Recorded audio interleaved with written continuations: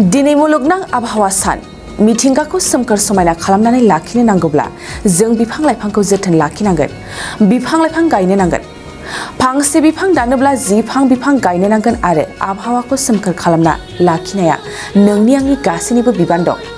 दिनै आबहावा सानखौ मुलुगनाङैनो फालिनाय नुनो मोननाय जादों हारि माहारि मोनफ्रोमबो आफाद साफ्रोमबो सुबुंफ्रानो दिनै बिफां लाइफां गायनानै मिथिंगाखौ सोमखोर लाखिनो बिफां गायनायखौ नुनो मोननाय जादों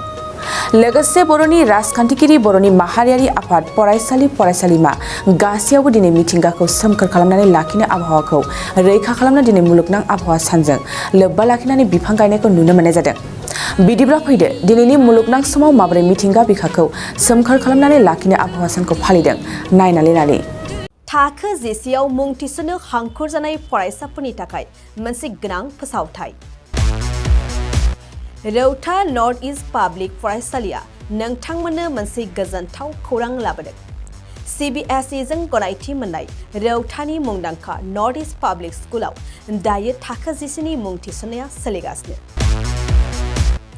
साइन्स आरो आर्ट्स मोन्नैबो स्ट्रिमनि थाखाय रौतानि नर्थ इस्ट पाब्लिक स्कुलाव मुं थिसननाया सोलिगासिनो